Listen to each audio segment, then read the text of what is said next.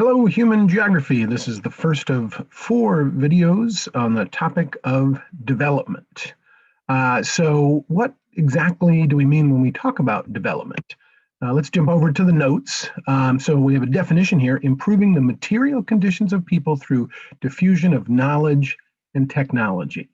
What does that mean exactly? Well, first of all, let me say that we're going to generally lump the world into what we would call more developed countries and less developed countries, MDCs and LDCs. Sometimes just referred to as developed countries and developing countries. Now, the term just really means what level of wealth, technology, industry, and healthcare do people have access to? So notice I kind of listed those qualities here: wealth, technology, industry, healthcare, and education. Those are some of the major categories. So a more developed country would generally have access to more of that. People's quality of lives tend to be better when judged against those qualities. Less developed countries are just the opposite, where there is a challenge with healthcare and education, jobs, technology. Also, nutrition should probably be under there. I suppose that could be considered under healthcare. Let me also be clear that when we're talking about the world and trying to understand quality of life and how to make it better, that's really what this is about. Oftentimes people hear the term third world, okay? And that is no longer used. It is an outdated term. Many people consider it offensive, as though countries in the world that have economic challenges are kind of third behind, are somehow less. That is why I often don't even use the terms more developed and less developed. I often will talk about more industrialized or less industrialized. There's no perfect term, but the book will use MDCs and LDCs. So that's generally what we will do. Now I have a little sidebar here, and that is, we've hinted at this before and we've looked at this before, but I want to reinforce it.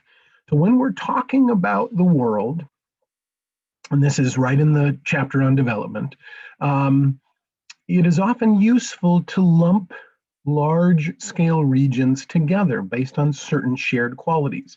Now, that does not mean that every single country that's lumped together with part of a region is exactly the same, but it often means that there are many shared qualities. There are many similarities. So for the purposes of this chapter, you're going to need to be quite familiar with the parts of the world as divided like you see here. So North America is basically just Canada and the United States. Europe, Southwest Asia, and North Africa. So they lump this, a lot of people call this the Middle East, but they kind of lump this together, partly because it shares common religion, common language family. And so what else do we have? Central Asia, the Stan countries: Kazakhstan, Uzbekistan, Tajikistan. East Asia, primarily China, but they also throw Mongolia in there. Southeast Asia, Malaysia, Indonesia, and a number of other smaller countries. Oftentimes this is referred to as Oceania, Australia and New Zealand. South Asia is India and its neighbors: Pakistan, Nepal, Bhutan, Bangladesh. Sub-Saharan Africa is, again, I don't personally like the term because it somehow means below the Sahara. Well, Earth doesn't have this side up, this side down on it. You might just say Africa south of the Sahara, but there are many distinctive qualities about this part of the world that are very different from North Africa and the Sahara Desert. It tends to be less Islamic, more Christian, or more animist. It tends to be south of the Sahara more tropical, either seasonally or all the time. So there's, again, a lot of similarities. And then Latin America would be Mexico, other Central American countries, and South American countries. So again, it's useful to be able to lump these together as one general unit, although, again, keep in mind that there are often many distinct different qualities. So let's take a look for a second in this short intro. There are ways, statistical ways to measure what we would call levels of development. And there are numerous factors that go in to measuring these, which you can read a little bit about, but I've already hinted at them. Wealth, technology, industry, healthcare, education. And they look at many things that can be measured. So statisticians will take a look at things like how many phones people own, how many cars people own. There's a fairly lengthy list.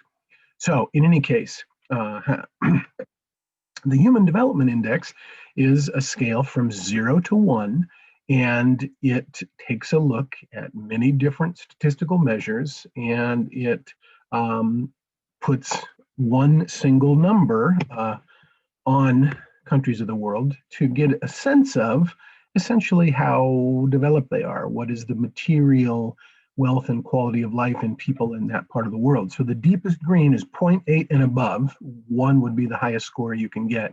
So you can see that North America, Europe, Russia, Australia, New Zealand, and then a few other little parts of the world stand out as having the highest levels of development. Saudi Arabia, in particular, and a few of its neighbors have great petroleum wealth, so that is actually an anomaly compared to the rest of that part of the world. And Latin America commonly is pretty broad and diverse. So you see Chile and Argentina stand out pretty significantly to the rest of the country. So again, the Human Development Index is one number that gives a very broad, quick brush for us to understand levels of development and ultimately quality of life. Well, there is another similar rating called the Inequality Adjusted HDI. So it looks at disparity in wealth and access to all of these good things that we're talking about: access to healthcare, access to education. Does everybody enjoy the same level of development in that country? So once you've adjusted, it takes some countries down a notch. Now, the United States is an incredibly wealthy country overall per capita, but if you take a look at the disparity in wealth, it is fairly significant between the richest 1% and the rest of the country. So it becomes a little less equal when you take a look at the rift between the haves and the have-nots. And then some countries just don't have enough data to show up on here. So you see Australia is very high on this list. Most of the countries in Europe, Western Europe, are very high on this list. Canada. And again, it's noteworthy to see that the United States, when adjusted for inequality, does not fall into the highest group. And it's also noteworthy to recognize that the United States, the inequality has been growing since around the 1970s.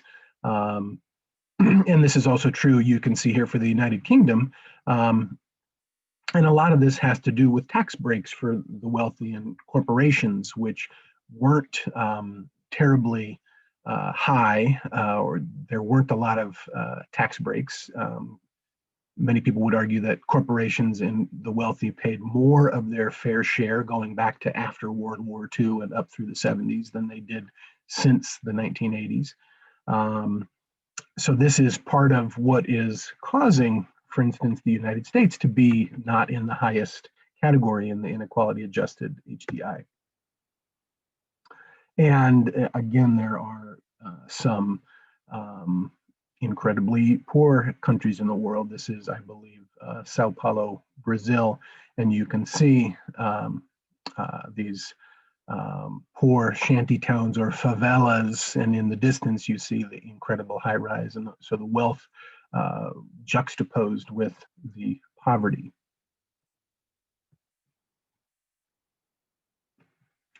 Okay, well, we're going to conclude that and move on to, in our next video, the second of 4 videos, to take a look at what are some of the indicators that are measured. How do we determine this overall rating of Human Development Index?